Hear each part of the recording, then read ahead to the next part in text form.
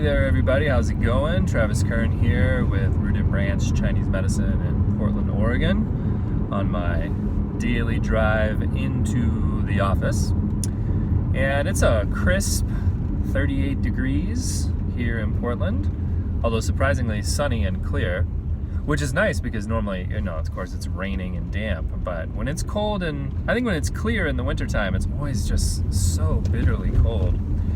And I was getting ready to leave the house this morning, and of course I put on my coat and put on my scarf here, wrapping up, covering my neck. And I thought I had this voice immediately pop into my head about my grandmother telling me to make sure to not go outside with my wet hair because I would catch a cold, And it's funny because, I grew up in South Louisiana where it's generally pretty warm, some brief amounts of cold in the wintertime, but still pretty warm. And even then, even in that place, my grandmother was always like, don't go outside with wet hair, make sure to put shoes on, cover your neck, put on a coat, all these kinds of things. Of course, as a kid, really active and moving around, I was just like, whatever, it doesn't matter. And, I grew up in a very educated, scientific household, and I'm like, Mama, that's what I call my grandmother.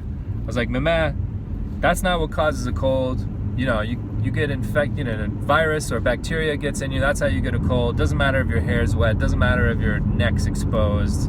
That's not what causes it. Wash your hands, you'll be fine, right? Repeating information that I had heard at school. And of course, you should definitely wash your hands. That's an excellent way to help, prevent spreading disease. But as I get into Chinese medicine, I started hearing these very similar types of things come up, because in Chinese medicine, the primary agent of what we call cold and flu in a biomedical sense is pathogen carried along on wind. That's the way that Chinese medicine talks about it. So you can end up with a wind cold attack or a wind heat attack, which describes different types of pathogen with different symptoms, but both of them are carried on the back of wind, right? And wind is quite literally wind outside, air moving, right? And how that wind impacts your body and essentially drives a pathogen through your skin into the body or into your nose and lungs, and there's different ways for it to get in.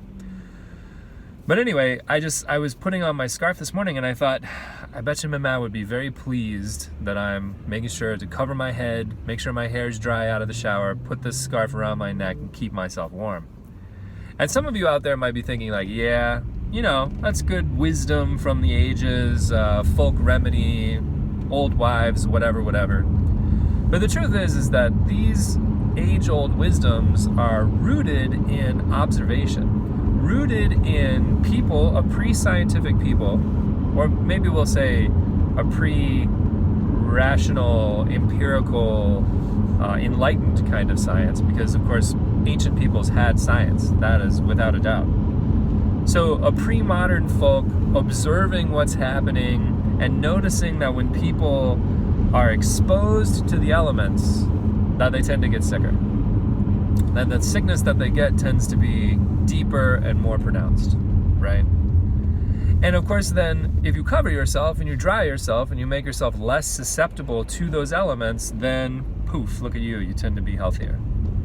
What's super amazing to me though is that when we start to apply some modern biomedical understanding, and truly an understanding that's evolving because we don't fully grasp it all just yet, the human machine is incredibly complicated.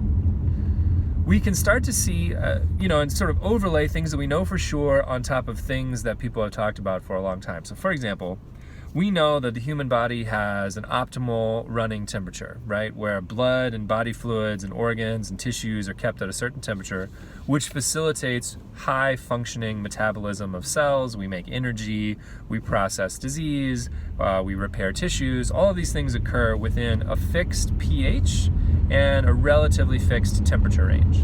And that when that temperature is adjusted, even just by a handful of degrees, up or down, it demands certain reactions from the body. So of course we're all familiar with fever, how fever functions to help kill pathogen, but of course if fever lasts too long, it will also damage your own cells and cause further disease or even death. And we also all have had the physical experience of feeling very cold, right? And shivering and not being comfortable at all, feeling like our joints are stiff, that we can't move around, everything becoming sluggish and slow. And we know increasingly that that effect of cold temperature, right, negatively impacts our abilities, our body's ability to be agile when responding to infection. So that our white blood cells, our immune response, even the triggering of fever and other items can come on more slowly, right? That as our blood cycles through our body and carries all of these essential disease-fighting elements around the body, that being cold and the body having to respond to the cold in order to keep your body at that functioning temperature exhausts its finite resources, right? Your body has a finite set of resources. Like all living things, like all planets and all environments, there is a finite set of resources that it has to utilize in order to continue to function optimally. And so, if you're cold, your body is going to have to divert some of those resources in order to keep your body at the right temperature, to keep those cells functioning. And that means that those same resources are not going to be available to fight disease and to manage the constant onslaught that your body is dealing with, just by being alive.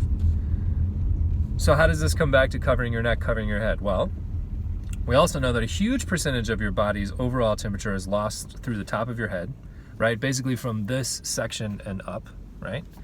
We also know that massive amounts of blood flow from your heart through the arteries and veins in your neck up into your brain, because of course our brain requires a huge amount of oxygenation and glucose in order to function. And that blood is running through vessels very near to the surface of your skin. And by the sheer mechanics and physics of temperature, we know that blood is going to be exposed to the cold weather if it's not being wrapped up and covered, which then means that your body has to respond to keep all of those fluids warm. So if you cover your head and you cover your neck, right, you are assisting your body in maintaining the homeostatic situation necessary for you to survive, keeping you warm, keeping your cells functioning, keeping your immune system at optimal scenario. And I think most of us have probably experienced, like myself, I was outside last week working in my yard. It was cold, it was rainy, but the leaves had come down, they were clogging my gutters, I had to get them out. And even though I was bundled, and even though I had my hat on and my gloves on and all this kind of stuff, I was out in the cold and wet for like 6 hours, right? Way more than I would want to be. And I felt cold most of that time. And then of course I even started sweating because I was working outdoors and just opening up those pores so that the sweat can come out. But then now my underclothes are a little bit damp, the wind blows, and I'm even colder. It was really not an optimal scenario. And I had to deal with some cold onset literally the very next day.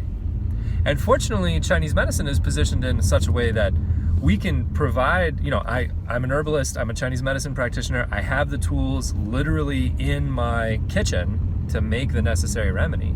So I was able to stop that cold in its tracks before it took hold. But a lot of folks don't have access to that. They maybe don't know someone who can concoct the remedy for them. They don't have the materials at their house prepared. They don't know what to do. And so those folks are going to get sick.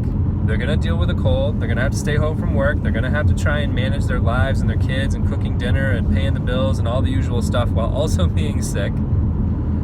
And the best advice for everyone, cover your head, cover your neck, stay warm, right? The winter time is a heavy and deep time. For all of human history, we have known that the winter time is heavy and deep.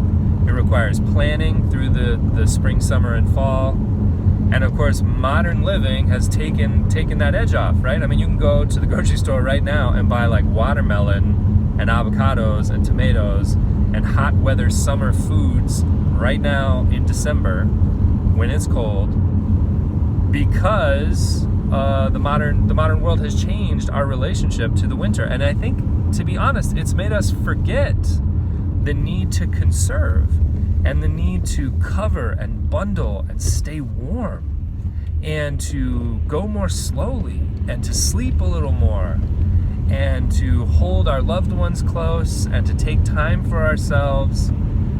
you know, here in the Pacific Northwest, it gets dark at like 4:30 in the afternoon right now, and the sun doesn't really come up until about 7:15. And it makes for a very short day. It makes it feel like at 6 p.m. that it might as well be midnight. And so we don't take enough time to appreciate the fact that the winter is not the same as the summer. Yeah, we all know it's cold and whatever, but it's not the same on a deeper level than that.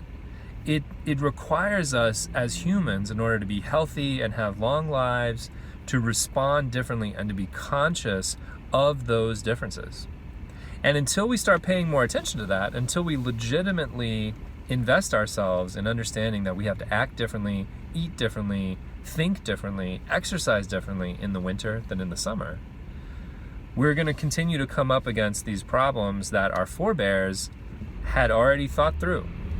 And you know, I know that looking to the past has its own perils, you know, mortality rates, infant mortality rates, hygiene. There were lots of things about the past that were not great.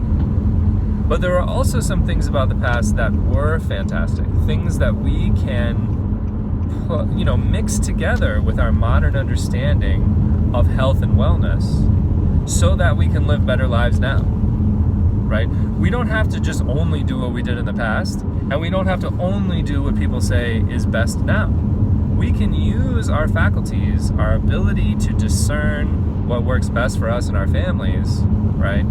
To mix those things together, to take optimal outcomes and make them work for us in ways that I don't think are being done by most people. So, cover your head, cover your neck, don't go outside with wet hair, wear some freaking shoes, okay? It's winter time, people. Value your body, value yourself, and protect your health, because it's the thing that's going to take care of you over the long haul. All right? Stay warm, friends. It's winter time.